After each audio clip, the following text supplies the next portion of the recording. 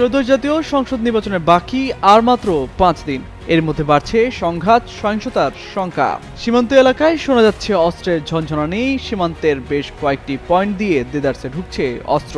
এছাড়া আওয়ামী লীগ আমলের 3 মেয়াদের রাজনৈতিক বিবেচনায় লাইসেন্স দেওয়া 10,000-এর বেশি অস্ত্র এর মধ্যে অবৈধ হয়ে গেছে। এসব অস্ত্রের পাশাপাশি পুলিশের লুণ্ঠিত যেসব আগ্নেয়াস্ত্র উদ্ধার হয়নি সেগুলো বাড়িয়েছে ঝুঁকির মাত্রা।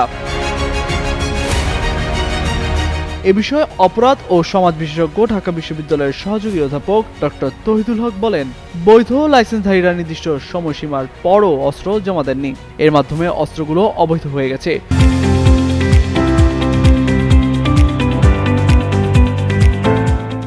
এছাড়া পুলিশের কাছ থেকে লুট হওয়া যেসব অস্ত্র এখনো উদ্ধার করা যায়নি, সেসব অস্ত্র নিশ্চিতভাবেই নির্বাচনের সংঘাত ও সহিংসতার নিয়ামক ভূমিকা পালন করবে। পাশাপাশি সীমান্ত দিয়ে অবৈধ অস্ত্রের প্রবেশ আইনশৃঙ্খলা পরিস্থিতিকে আরও জটিল করে তুলেছে।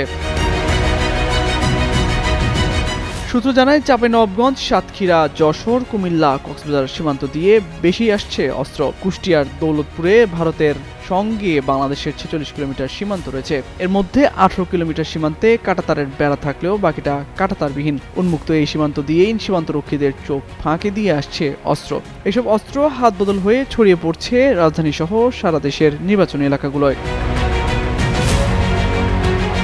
সশস্ত্র বাহিনী জানিয়েছে, বেসামরিক বাহিনীকে সহযোগিতার আওতায় 2024 সালের জুলাই মাস থেকে গত 3 ফেব্রুয়ারি পর্যন্ত বিভিন্ন অভিযানে 10,133টি অস্ত্র উদ্ধার করেছে সশস্ত্র বাহিনী। পাশাপাশি 2,90,907 রাউন্ড গোলাবারুদ উদ্ধার করা হয়েছে। এছাড়া নির্বাচনেই তফসিল ঘোষণার পর 11 ডিসেম্বর থেকে 3 ফেব্রুয়ারি পর্যন্ত 199টি অস্ত্র ও 1,972 রাউন্ড গোলাবারুদ উদ্ধার করা হয়েছে।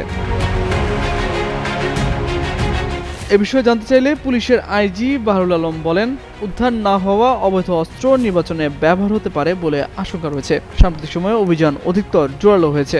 প্রচুর অবৈধ অস্ত্র উদ্ধার হলেও পুলিশের লুণ্ঠিত অস্ত্রগুলো মিলছে না। রাজনৈতিক বিবেচনায় আওয়ামী লীগ আমলে যেসব অস্ত্রের লাইসেন্স দেওয়া হয়েছিল সেই সব অস্ত্র খুঁজে পাচ্ছে না পুলিশ, কেননা এসব অস্ত্রের মালিকরা বিদেশে পালিয়ে গেছেন বলেও জানান তিনি। জানতে চাইলে সাবেক আইজিপি আব্দুল কাইয়ুম বলেন, অবৈধ অস্ত্র দিয়ে দুষ্কৃতকারীরা যে কোনো সময় নাশকতা ঘটাতে পারে। পুলিশের লুট হওয়া অস্ত্র উদ্ধারে সবাইকে এগিয়ে আসতে হবে, না হলে সুযোগ সন্ধানী মহল ফায়দা হাসিলের চেষ্টা করবে বলে মনে করেন সাবেক আইজিপি।